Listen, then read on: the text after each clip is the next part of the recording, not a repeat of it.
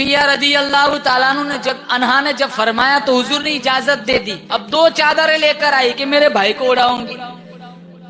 اب جب آئی نا تو ایک تو ان کا ماں شریک بھائی تھا اور دودھ کا کلمہ دوسرا ایک جوان صحابی وہاں پڑا ہوا ہے، خون میں لت پت شہید پڑا ہوا ہے، جو دوسرا کلمہ شریک بھائی تھا. اب صفیہ رضی ہمیں ایسی بات وہاں کون سوچے. اب سوچنے لگی 2 چادریں لے کے آئی ہوں، ایک اپنے بھائی کو، حالانکہ دونوں اڑانے کا ارادہ تھا لیکن اب ارادہ بدل دیا کہ ایک اپنے ماں شریک بھائی کو اڑاؤں گی اور دوسری چادر میرے کلمے شریک بھائی کو اڑاؤں گی. ایمان کے تقاضوں پہ عمل کرنے والے تھے. ہم اچھا فرسٹ کلاس کھاتے، پڑوسی بھوکے سوتے، کوئی پرواہ نہیں. کتنے جگہوں پر بکرے کٹتے ہیں نا قربانی میں، 10 بکرے کٹتے، پڑوس میں کچھ بھی نہیں پہنچتا، سارے فریزر میں جا رہے ہیں.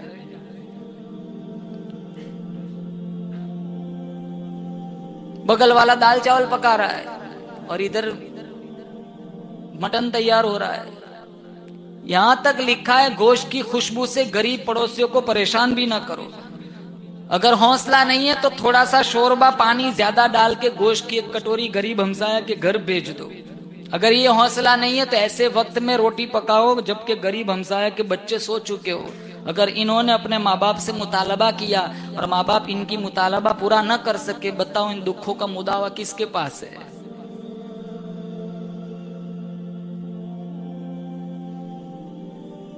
یہ تو عمل کرنے والے تھے کیونکہ ان کے یہ میرے نبی کے تربیت یافتہ تھے، صحبت یافتہ تھے.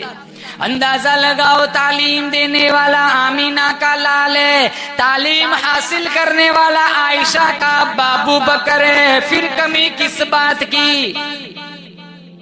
استاد محمد مصطفیٰ، شاگرد صحابہ کرام، نصاب تعلیم قرآن آسمان سے اتر کے آیا. پھر اللہ نے بھی حد کر دی. اللہ فرماتا ہے پھر میں بھی ان کا امتحان لینے کے لیے آ گیا، فرشتوں سے ان کا امتحان لوں گا. تیری بھی توہین ہے، میری بھی توہین ہے. اولئک الذین امتحن اللہ، اللہ فرماتا ہے میں خدا خود امتحان لینے کے لیے آ گیا. الہی کس مضمون میں امتحان لیا؟ فرمایا قلوبکم، میں نے ان کے دلوں کا امتحان لیا. الہی پھر کیا ملا؟ فرمایا للتقوی، پرہیزگاری ملی، میرا خوف ملا، میرا عشق ملا، مخلوق کی خدمت ملی، میرے نبی کا پیار ملا. الہی ہمارے یہاں تو ڈگریوں کا بڑا کریز ہے، تو نے ان کو کیا ڈگری دی؟ فرمایا لہم مغفرۃ واجر عظیم، میں نے ان کو یہ ڈگری دی، میرا کرم ان کے لیے، میری بخشش ان کے لیے، میری مہربانی ان کے لیے، میرا چاند ان کے لیے، میرا سورج ان کے لیے، میری زمین ان کے لیے، میری جنت ان کے لیے. ارے او دنیا والوں، میرے نبی کے دیوانوں کی کبھی بات نہ کرنا، یہ میرے لیے، میں ان کے لیے. رضی اللہ عنہم ورضوا عنہ اولئک حزب اللہ الا ان حزب اللہ هم المفلحون. اور ایک جگہ ہے منافقین کے بارے میں، کافروں کے بارے میں کہا اولئک حزب الشیطان الا ان حزب الشیطان هم الخاسرون. ہمیں اللہ کی جماعت بننا ہے، شیطان کی جماعت نہیں. انشاءاللہ بولو اللہ کی جماعت بنیں گے. صفیہ رضی اللہ تعالیٰ عنہ 2 چادریں لے کر آ گئی، میرے بھائی کو اڑاؤں گی. یہاں کے دیکھا بغل میں ایک دوسرا جوان شہید پڑا ہوا ہے. اب سوچا کون سی چادر؟ ایک چھوٹی تھی، دوسری بڑی تھی. اگر بڑی میرے بھائی کو اڑا دیتی ہوں، چھوٹی صحابی کو اڑاتی ہوں تو ناانصافی ہو جائیں گی. کہیں کل میرے رب نے پوچھ لیا اپنوں کو بڑی اڑائی اور پرایوں کو چھوٹی اڑا کے چلی گئی، کیا جواب دوں گی؟ اور قرآ ڈالا. اب جب کھولا، چٹھی کھولی، قرآ کھولا تو اس اجنبی جوان شہید کے حصے میں چلی گئی. اللہ کی قدرت دیکھو. امیر حمزہ رضی اللہ تعالیٰ عنہ عرب کا سردار، قریش خاندان کا ہے، نبی کے خاندان کا ہے، قریش کا سردار ہے، عرب کا سردار ہے.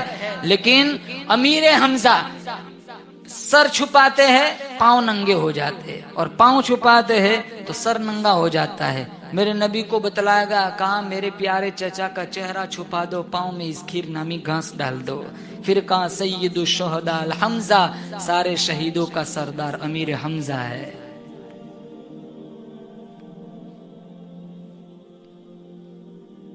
ان کی قربانیوں سے دین ہم تک پہنچا۔ یہ کاندھے ہیں نا، کاندھے بوجھل ہے، ان کاندھوں پہ وزن ہے صحابہ کا۔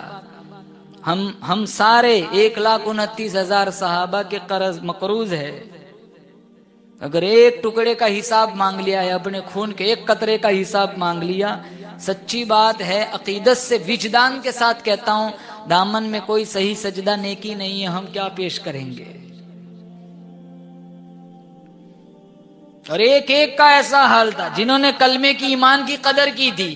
ابو بکر صدیق رضی اللہ تعالیٰ عنہ فرماتے ہیں، صبح صبح مکے کی گلیوں میں گردش کرنے لگا، چکر لگانے لگا، کوئی دکھی لاچار بے بس مفلس صحابی کو دیکھوں گا، میں اس کی خوشیاں اس کی دہلیز تک پہنچاؤں گا۔ اس ارادے سے نکلے۔ ایک جوان کو دیکھا، امیہ ابن خلف کافر کے آدمی اس جوان کو مار رہے۔ ابو بکر صدیق کو ترس آیا، پاس جا کے جب اس جوان کا چہرہ دیکھا تو کلیجہ پھٹ گیا۔ یہ تو ابو فقیہ صحابی تھے جن کی پسلیاں توڑی گئی، پسلیاں ٹوٹنے کی آواز خود ابو بکر صدیق نے سنی۔ کہا نہ مارو، یہ اللہ کا بندہ ہے۔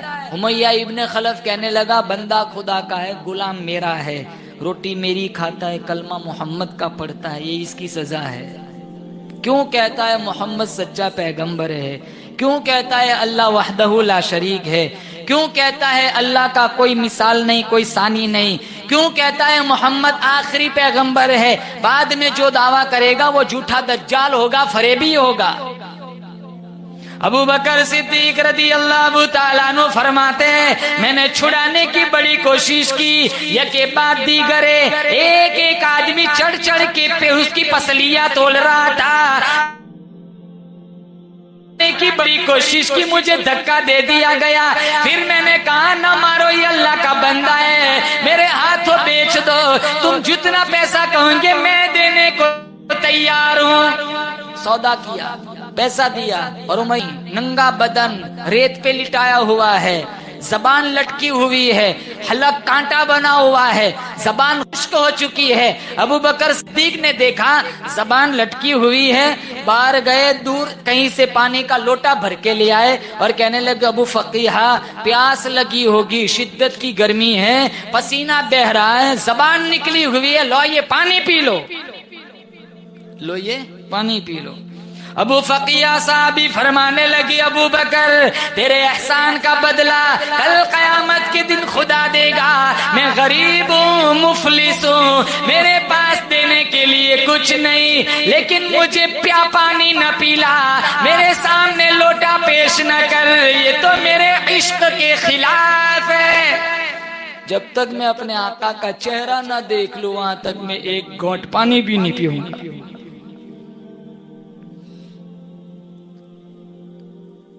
مجھے تو دیدار والا جام چاہیے، جب تک دیدار مصطفیٰ نہ ہو جائے وہاں تک حلق کے نیچے ایک کو قطرہ پانی بھی نہیں جائے گا۔ اور آج ہمارا عشق رسول دیکھو، اتنا پھیکا پڑ گیا، اتنا پھیکا پڑ گیا، ہم پاؤں تلے سنتوں کو روند رہے۔ اسی لیے اللہ کا قرآن کہتا ہے کل قیامت کا دن ہوگا، ہم سارے اپنے اپنے عمل لے کر نبی کریم صلی اللہ تعالی علیہ وسلم کے پاس سفارش کے لیے جائیں گے۔ کل کہیں میرا نبی ہمارا یہودیوں والا چہرہ دیکھ کر، انگریزوں والا لباس دیکھ کر کہیں یوں نہ کہہ دے وقال الرسول یا رب ان قوم اتخذوا هذا القرآن مهجورا وكذلك جعلنا لكل نبي عدوا من المجرمين۔ الہ العالمین، یہ میرے وہی لوگ ہیں جنہوں نے میرے جانے کے بعد میرے دین میں نئی نئی چیزوں کا ایجاد کیا تھا، میرا قرآن چھوڑا تھا، سوہکن ان کو میرے سے دور ہٹا، میرا ان سے کوئی لینا دینا نہیں۔ یہ میرے ویسے ہی دشمن ہے جیسے پہلے نبیوں کے دشمن ہوا کرتے تھے۔ ابو فقیہ کا عشق دیکھو. آج تو داڑھی رکھنے کی بات آئے نوجوان کہتا ہے نہیں مول صاحب اس کے بغیر کی بات کرو. اس کو ڈر لگتا ہے کہیں صبح سویرے کے داڑھی ہوگی تو گھر والی روٹی دیتے ہوئے کہیں یہ نہ کہہ دے بابا جی روٹی چبا لے.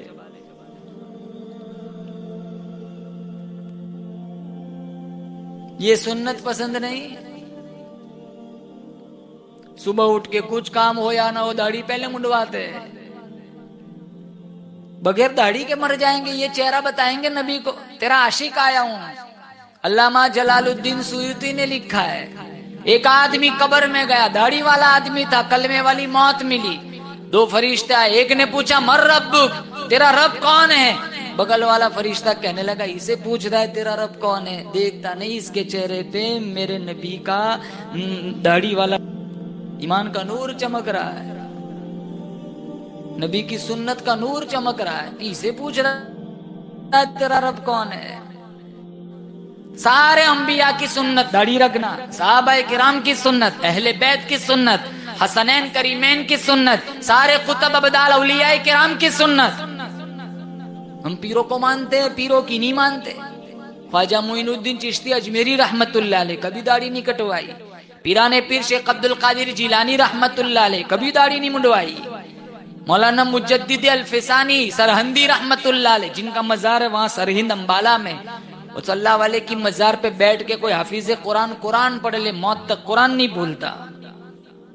میں 2 دفعہ وہاں گیا ہوں, 2 دفعہ میں نے پوری رات میں پورا قرآن وہاں بیٹھے پڑھا ہے. انہوں نے کبھی داڑھی نہیں منڈوائی. بابا فرید الدین گھنشکر رحمت اللہ علیہ کبھی داڑھی نہیں منڈوائی.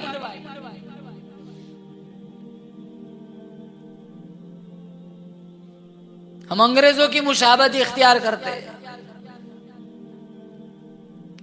داڑھی ہلکی لگ رہی ہے, یہ اللہ کے دربار میں بڑی باوزن ہے. اس کا وزن تب پتا چلے گا جب ہم قبروں میں جائیں گے, جب 360 رگیں ٹوٹیں گی.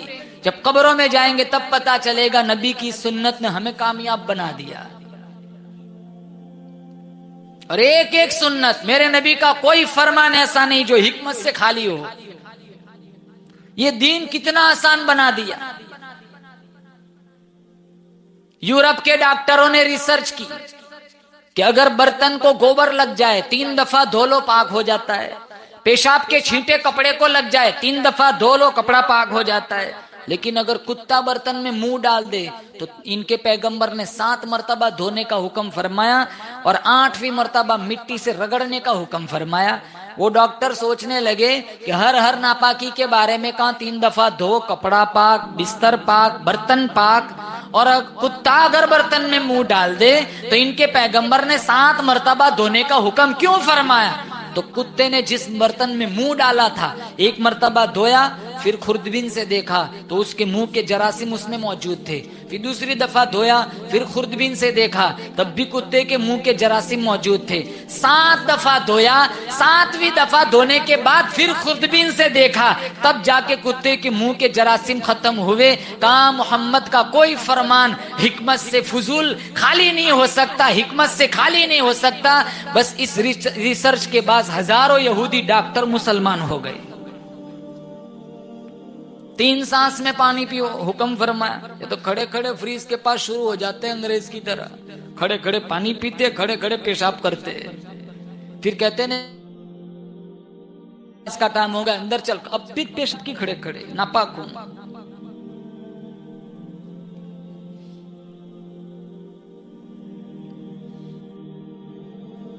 وہاں پسلیاں توڑ دی گئی, کا پانی نہیں پیوں گا. احمد علی صاحب لاہوری رحمت اللہ علیہ ختم نبوت کا جنہوں نے بھی مشن اٹھایا تھا, جب ان کی شادی ہوئی پہلا دن فاقہ, دوسرا دن بھی فاقہ, تیسرا دن بھی فاقہ. اپنی گھر والی کو کہنے لگے میرے یہاں تو فاقوں کا بڑا, میری فاقوں سے بڑی پرانی دوستی ہے, تو میرے یہاں برداشت نہ کر سکیں گی, جا باپ کے گھر چلی جا.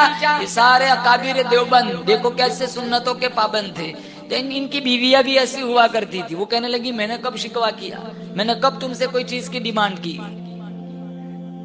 میں تو اپنے مقدر پہ ناز کرتی ہوں. مجھے شیخ التفسیر مل گیا, مجھے قرآن کا حافظ مل گیا, مجھے قرآن کا عالم مل گیا, مجھے بڑا نمازی قرآن کا عاشق مل گیا, مجھے وقت کا بڑا ولی پیر قطب ابدال مل گیا. او لاہوری, میں نے کبھی شکوہ کیا نہیں اور کروں گی بھی نہیں. میں نے نیت کی ہے, میری میت تو گھر سے نکل سکتی ہے, میرے قدم گھر سے باہر کبھی نہیں جا سکتے. مولانا احمد علی صاحب لاہوری رحمت اللہ علیہ, میرے کیسا عشق تھا. برف کے 2 سیلوں کے بیچ میں, پاٹوں کے بیچ میں بھیجا گیا کپڑے اتار کے. انگریز گورنر نے کہا یہ تو بے ہوش ہو گیا ہے. اٹھا کے ایک سمت رکھا, جب ہوش آیا کہاں تیرا کیا خیال ہے؟ کہاں جسم ٹھنڈا ہو چکا ہے, ایمان پہلے سے بھی زیادہ گرم ہو چکا ہے. ساری زندگی بے نمازی کے ہاتھ کا پانی نہیں پیا, ساری زندگی کبھی داڑھی کا ایک بال نہیں کٹوایا.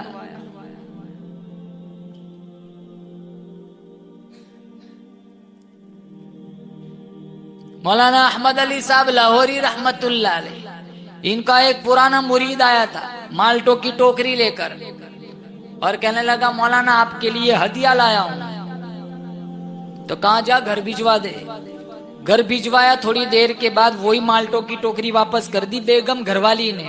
وہ بڑا ناراض ہوا مرید, آگے کہنے لگا حضرت جی بڑی عقیدت مندی سے لایا تھا, خود اپنے ہاتھوں سے توڑ کے لایا تھا, لیکن آپ کی گھر والی نے قبول نہیں کیا, واپس کر دیا. کہاں وہ بھی تو عبید اللہ انور کی اماں ہے, ضرور کچھ گڑبڑی ہوگی, ویسے تو واپس نہ کیا ہوگا, جا تحقیق کر.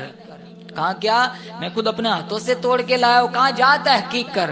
تحقیق کی, تب پتا چلا جس درخت کے مالٹے توڑ کے لے گئے تھے, ایک دن وہ مزدور نے اس باغ کا, اس پیڑ کا کو پانی کسی پڑوسی کو پوچھے بغیر پڑوسی کا چوری کا پلا دیا تھا.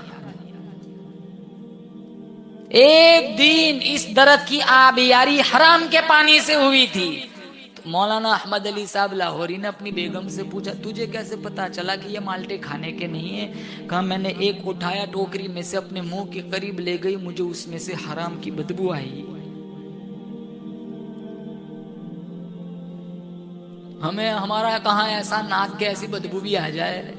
یہ سارا تو تقوی پرہیزگاری پر اس کا مدار ہوتا ہے. ہم تو حلم مزید والے, ہمیں تو ماشاءاللہ بہت اچھا, ہمیں سارا کچھ ہضم ہو جاتا ہے. ایسی ناک کہاں سے لائے؟ امام اعظم ابو حنیفہ جن کے ہم مسائل میں تقلید کرتے, نہر کے کنارے بیٹھ کے وضو فرما رہے, ایک چلو پانی اٹھایا, منہ کے قریب لے گئے, پانی چھوڑ دیا. اب جس سمت پانی آ رہا تھا اس سمت چل دی. ایک نوجوان سے ملاقات ہوئی, کہنے لگے تو زنا کر کے آیا ہے. کہا میں نے بدکاری کی, میں اور اس لڑکی کے علاوہ کوئی نہیں جانتا ہے. آپ کو کیسے پتا چلا؟ کہا میں نے اتنا دور بیٹھا تھا, تو نے اسی نہر میں غسل کیا ہے؟ کہاں کیا ہے؟ میں اتنا دور بیٹھا تھا, میں نے پانی اٹھایا وضو کرنے کے لیے, منہ کے قریب لے گیا تو مجھے اس میں سے زنا کی بدبو آئی.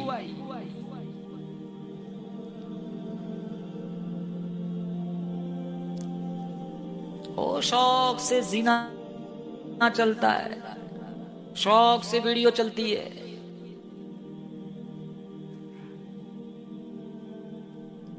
کتنی بدکاری, کتنا زنا. ہماری شادی کوئی شادی ہے؟ ایسی شادیاں شیطان شرمائے. ایسے ایسے اسٹیج بناتے, اتنے میں کتنے غریبوں کے گھر میں چولہے جل سکتے, ہزاروں عورتوں بیواؤں کی شادی ہو سکتی ہے. لاکھوں 18 لاکھ روپے اسٹیج میں برباد ہوتے. جن فٹاکوں پہ 10 لاکھ برباد کر دی, 10 لاکھ میں سینکڑوں اماموں کو, سینکڑوں علماء کو ہم ان کا تعاون کر سکتے. یہ دین کے نوکر ہیں, ان کا تعاون کریں گے اللہ 7 کروڑ کے برابر دے گا. اللہ کے خزانوں میں کمی نہیں ہے. یہ بیچارے دین کے نوکر, کون پوچھے ان کو؟ ہماری شادیوں کا بجٹ دیکھو, 2-3 کروڑ سے متجاوز ہو جاتا ہے. یہ 18 سال سے پڑا رہے, وہی 7,000-8,000 میں ابھی بھی پڑے رہے. ایک بچی کی شادی میں جتنا خرچہ ہوتا ہے, اسی شادی اگر تم آسانی کے ساتھ اور تم کم پیسوں سے کرواؤ, بچی کی تو رخصت ہو جائیں گی, نبی کی غلامی کا ثواب بھی ملے گا, اور ساتھ ساتھ ہزاروں علماء کو گھروں میں خوشحالی آ سکتی ہے. یہ سوچ کہاں سے لائے؟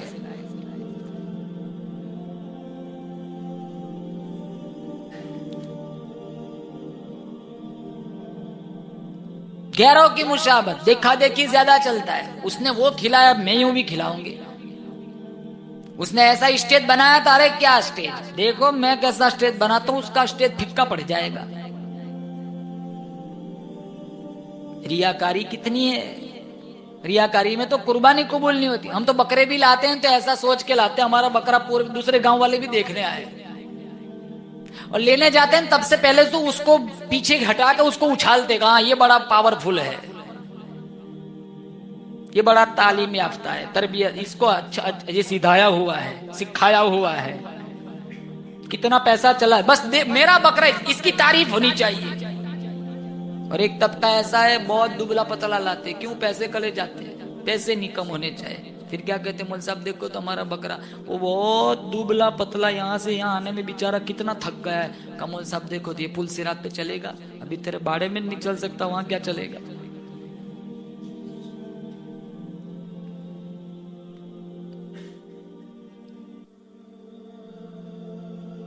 دین کوئی مذاق تھوڑا ہی ہے. اللہ نے الدین یسر، دین آسان ہے، مشکل تو ہم نے بنا کے رکھا ہے. جو کام کرنے کے نہیں ہے وہ سارے کر رہے، تب مشکل لگ رہا ہے، تبھی تو مشکل لگ رہا ہے. اور ہے کتابوں میں، کرنے والے کام کرو گے تو اللہ خوش ہوگا، نہ کرنے والے کام کرو گے تو اللہ تعالیٰ، کرنے والے کام نہیں کرو گے تو اللہ نہ کرنے والے کام کرائے گا. ایسا ہی ہو رہا ہے.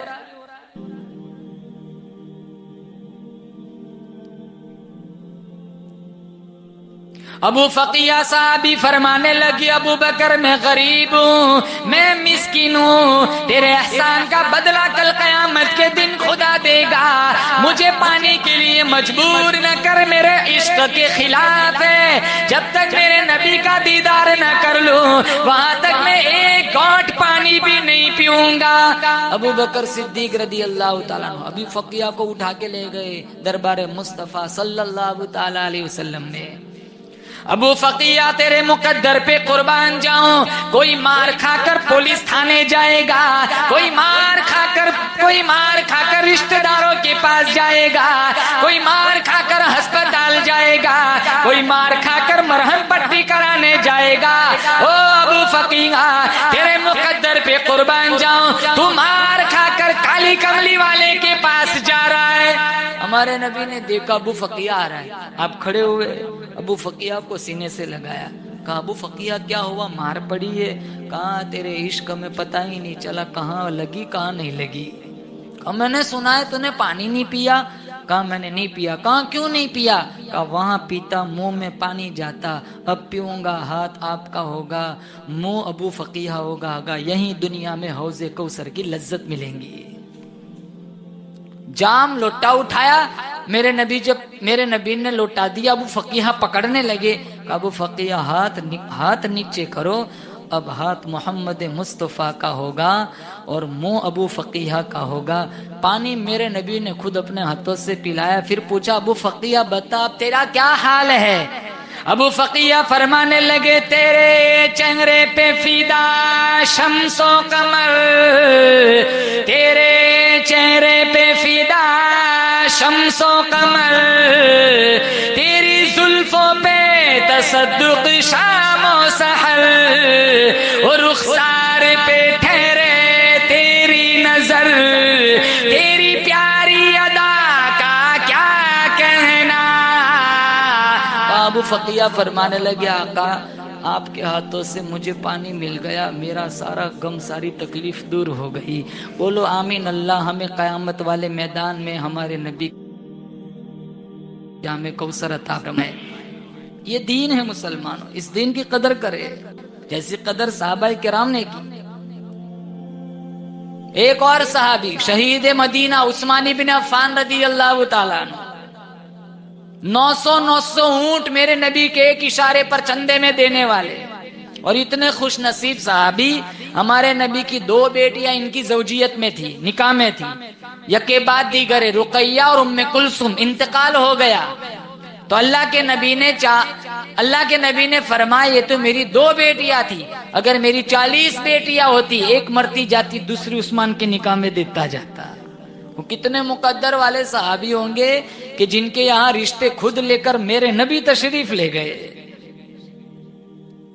مسجد نبوی کی زمین خرید کر دی، مدینہ منورہ میں کنواں تھا میٹھے پانی کا، وہ لوگ نہیں پینے دیتے تھے، عثمان ابن عفان نے خود اپنے پیسوں سے خرید کر وہ کنواں حوالے کر دیا، آخری موقع پر اسی کنویں سے ایک گھونٹ پانی نہیں دیا، 18 دن ہو گئے پانی کا ایک گھونٹ ملا نہیں۔ مسجد نبوی کے صحن میں بیٹھ کر عثمان ابن عفان قرآن پڑھ رہے، میرے قرآن پڑھتے پڑھتے نیند آ گئی، خواب میں میرے نبی کا دیدار ملا، میرے نبی نے فرمایا او میرے بھوکے عثمان، او میرے پیاسے عثمان، آجا شام کا روزہ اکٹھا افطار کریں گے۔ گھر تشریف لائے، اپنی بیوی نائلہ سے فرمانے لگے وہ الماری کھول، میرا پائجا نکال کے دے۔ وہ گھر والی پوچھنے لگی آج تک کبھی نہ مانگا، آج کیا ضرورت پیش آ گئی؟ عثمان ابن عفان فرمانے لگے آج خواب میں نبی کا دیدار ملا، نبی نے فرمایا او میرے بھوکے عثمان، او میرے پیاسے عثمان، آجا شام کا روزہ اکٹھا افطار کریں گے۔ مجھے یقین ہو گیا ہے میرا آخری وقت ہے، میں اس لیے پہن ادھر اچھلوں گا، میرا ایمان اجازت نہیں دیتا مارنے والوں میں سے کسی کی نظر میری شرمگاہ پر پڑ جائے۔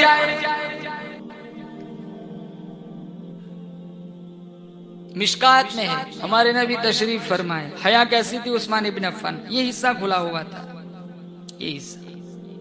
ابوبکر صدیق آئے کوئی حرکت نہیں کی، عمر آئے کوئی حرکت نہیں کی، جب عثمان آئے نا تو چادر ڈال دی۔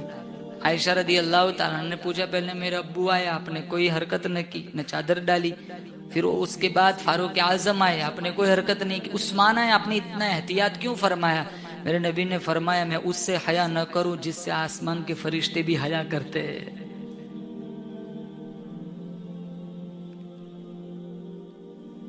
آج کی بے حیا نسل آنکھوں کا زنا کرنے والی، شرمگاہوں کا تقدس پائمال کرنے والی، کالج اور اسکول کے گیٹ پر کھڑے ہو کر لوگوں کی بیٹیوں کو وحشی اور گندی نظروں سے دیکھنے والی عثمان ابن عفان کو کیا منہ دکھائیں گے؟ فَسَيَكْفِيكَهُمُ اللَّهُ، جب مارا نے تلوار، اس قرآن کی چھینٹوں پہ، قرآن کے اس ورق پہ چھینٹے آئے، خون کے چھینٹے،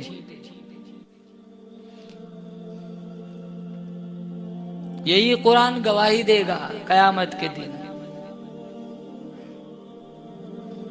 کسی کی شہادت کی گواہی دینے کے لیے بدر کا پتھر آئے گا، کسی کی شہادت کی گواہی دینے کے لیے خندق کا تیر آئے گا، کسی کی شہادت کی گواہی دینے کے لیے حنین کی مٹی آئیں گی، کسی کی شہادت کی گواہی دینے کے لیے کربلا کا پتھر آئے گا۔ او میرے بھوکے عثمان، او میرے عثمان، تیری شہادت کی گواہی دینے کے لیے اللہ کا قرآن آئے گا۔ انشاءاللہ اللہ مجھے اور آپ کو بھی ایسی قرآن پڑھتے پڑھتے مر جائے، ایسی موت دے، بولو انشاءاللہ آمین، اور انشاءاللہ بولو اللہ ہمیں قرآن پڑھنے کی توفیق عطا فرمائے۔ پڑھیں گے انشاءاللہ قرآن، ہے نا، انشاءاللہ قرآن پڑھیں گے۔ دین کی قدر کرے مسلمانوں، قرآن کی قدر کرے۔ یہ سارا دین ہم تک جو پہنچا ہے، یہ نماز ہے، یہ قرآن، یہ دین، یہ حج، یہ عمرہ، یہ صدقہ، یہ قربانی، یہ سارا کا سارا دین مسلمانوں ویسے ہمیں مفت میں نہیں ملا، اس کے پیچھے بڑی لمبی چوڑی داستان ہے۔ مرنا ہر ایک کو ہے، ہر ایک کو دنیا سے جانا ہے، میرے کو بھی جانا ہے، آپ کو بھی جانا ہے۔ وہ وقت آئے اس سے پہلے اپنی آخرت بنا لے، اپنی جنت بنا لے۔ دنیا ہی سے جانا ہر ایک کو ہے، کفن ملنے میں شبہ ہے، موت میں شبہ نہیں ہے۔ کفن ملے گا کہ نہیں اس کی گارنٹی نہیں، لیکن موت تو ہر ایک کو آنی ہے۔ ہر ایک دنیا سے جائے گا، اور کسی بھی مذہب سے تعلق رکھنے والا ہو تم اس سے پوچھ لو، کوئی یہ نہ کہے گا میں موت کو نہیں مانتا، ہاں یہ کہے گا خدا کو نہیں مانتا۔ خدا کے منکر ملیں گے لیکن موت کا کوئی منکر نہ ملے گا۔ سارے جانتے ہیں کہ ایک نہ ایک دن سب کو یہ فانی جہان چھوڑ کے چلے جانا ہے۔ یہ جاتے کہاں ہے؟ آتا ہے کوئی مر کی بات؟ تمہارے گاؤں میں کوئی دادا آیا واپس؟ کوئی نہیں آتا، آ کے چلے جاتے، سیدھے ملیں گے میدان محشر میں، ابو سے بھی ملاقات ہوگی، اماں سے بھی ملاقات ہوگی. اب سوچنے کی بات یہ کہ سب اکٹھے ایک جگہ ہوں گے تو ملیں گے. اس لیے صرف اپنی فکر نہ کرو، اپنے ماں باپ اور اپنی بچیوں بچوں کی بھی فکر کرو. کہیں ایسا نہ ہو باپ جنت میں جائے بیٹا جہنم میں چلا جائے. اپنی بیویوں کی بھی فکر کرے، انہیں روٹی پکانے والی مشین نہ سمجھے، انہیں دین دو. اپنے بچوں کے دین کی فکر کرے، اپنی بچیوں کی دین کی فکر کرے. اور نوجوان جتنے بیٹھے ہیں نا سب کو بالخصوص کہوں گا، تم مسجد میں آؤ، تم قرآن سے دوستی کرو. یہ تیری آنکھ جو ہے نا آنکھ، اس میں حیا کا سرما لگا، تیری شرمگاہ کا تقدس برباد نہ کر. ہر سڑک سے گزرنے والی لڑکی کو اپنی بہن کی طرح سمجھ، ہر بوڑھی مائی کو اپنی ماں کی طرح سمجھ. اگر تمہاری مائیں زندہ ہے تو قدر کرے، باپ زندہ ہے تو ان کی قدر کرے. 4 گناہ ایسے شرح الصدور میں لکھا ہے، 4 گناہ ایسے جو آدمی کو جنت میں جانے سے روک لیتا ہے. اس میں ایک گناہ ہے ماں باپ کی نافرمانی. جو ماں باپ کا نافرمان ہے اللہ جنت نہ دے گا، کیونکہ قدموں کے نیچے ہی تو اللہ نے جنت رکھی ہے. میرے نبی نے فرمایا ماں کے قدموں کے نیچے کیا ہے؟ کیا مطلب اس حدیث کا؟ خدمت کر جنت کما، برباد کرے گا آگ لگ جائیں گی. باپ جنت کا دروازہ ہے، اب کھلے گی تب جائے گا اندر، جائے گا ہی کہاں سے؟ تو اس کو بھی یہ بچانا ہے. باپ کی توہین نہیں ہونی چاہیے، باپ کی بے ادبی بھی نہ کرو، باپ کی بات کو سنو، باپ کو عزت دو. آج اپنے باپ کو عزت دو، کل تمہارا بیٹا تمہیں عزت دے گا. کیونکہ اگلا تمہارا بیٹا جب باپ بنے گا تم بوڑھے ہو جاؤ گے. نوجوانوں سے کہتا ہوں اس وقت کا جو دور ہوگا نا، میں سچی بات کہتا ہوں قبرستان میں جانے کا بھی ٹائم نہیں ہوگا. آج میں اور آپ جس دور میں گزر رہے ہیں ہمارے پاس ٹائم نہیں ہے. جنازوں میں جانے کا ٹائم نہیں ہوتا. فون کر کے کہہ دیتے کہ بھائی میں نہیں آ سکتا، معذرت چاہتا ہوں، میرے کو فلاں جگہ جانا ہے. 24 گھنٹے ناکافی ہے، اتنے کام. آج ہر بندہ دوسرا تیسرا بندہ گناہ کو مصروفیات میں مشغول ہے، اتنا مشغول ہے اس کے پاس ٹائم نہیں ہے. کیونکہ اللہ نے وقت میں سے برکت اٹھا لی ہے. ہم قیامت سے قریب ہو رہے ہیں. اب جب اگلی نسل آئیں گی، ہم بوڑھے ہو جائیں گے، تو ان کے پاس تو اتنا بھی ٹائم نہیں ہوگا کہ چلو ماں باپ کی قبر پہ جا کے فاتحہ پڑھائیں. اس لیے اپنے دین کی فکر کریں گے انشاءاللہ، نماز پڑھیں گے انشاءاللہ، اور قرآن کی تلاوت کریں گے. بولو انشاءاللہ. وآخر دعوانا ان الحمدللہ رب العالمین.